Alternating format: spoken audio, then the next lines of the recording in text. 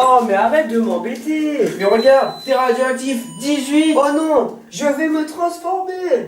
Arrêtez de vous amuser, c'est quoi ça? Mais non, joue pas, c'est un compteur GGR, ça sert à mesurer la radioactivité. Viens, allons chasser de l'atome.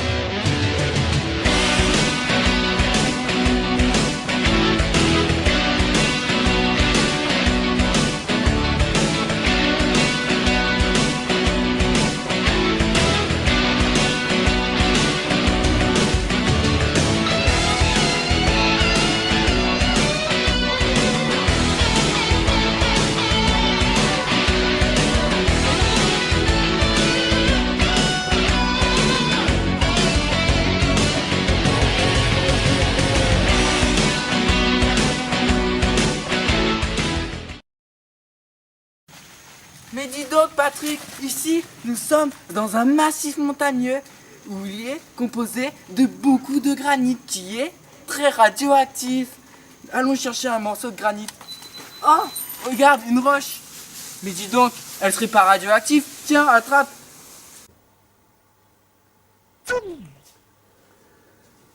Oh, elle était grosse celle-là.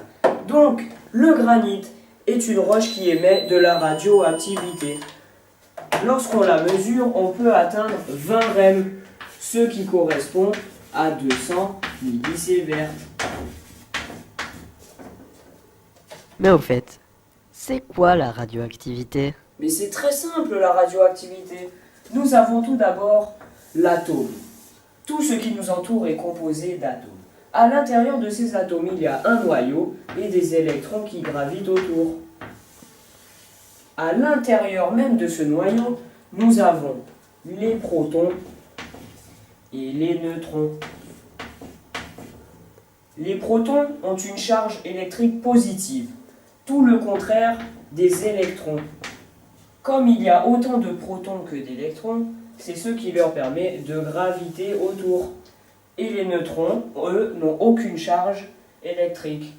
Ce qui permet à ces particules de rester dans le noyau s'appelle la force de cohésion. Un noyau radioactif,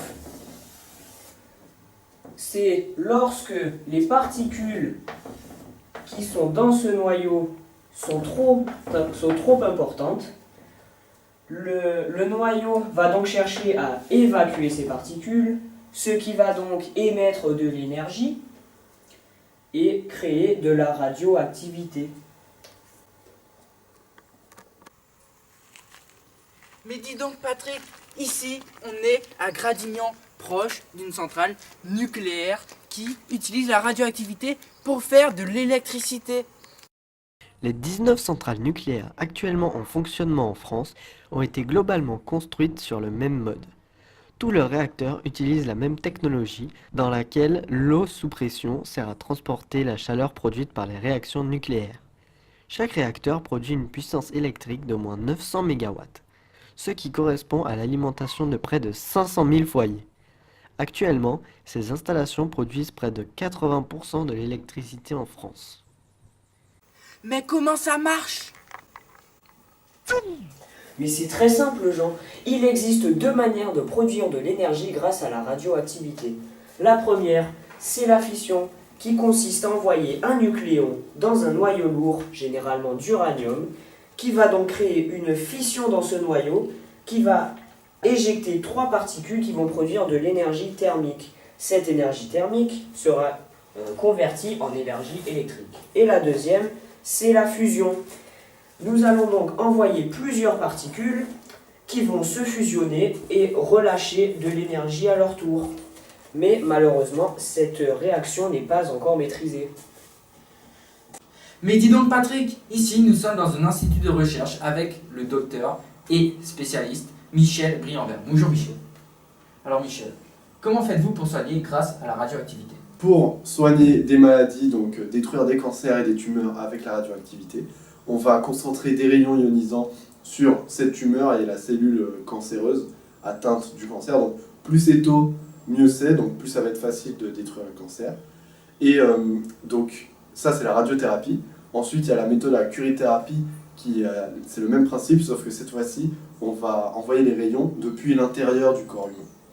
Mais comment faites-vous pour ne tuer personne? Alors, pour ne pas justement abîmer le corps quand on fait ces traitements, on a ce qu'on appelle la dosimétrie. Alors, la dosimétrie, c'est une analyse à l'avance, avant qu'on fasse les rayons, où on va les mettre, et si on les met là, qu'est-ce que ça va donner?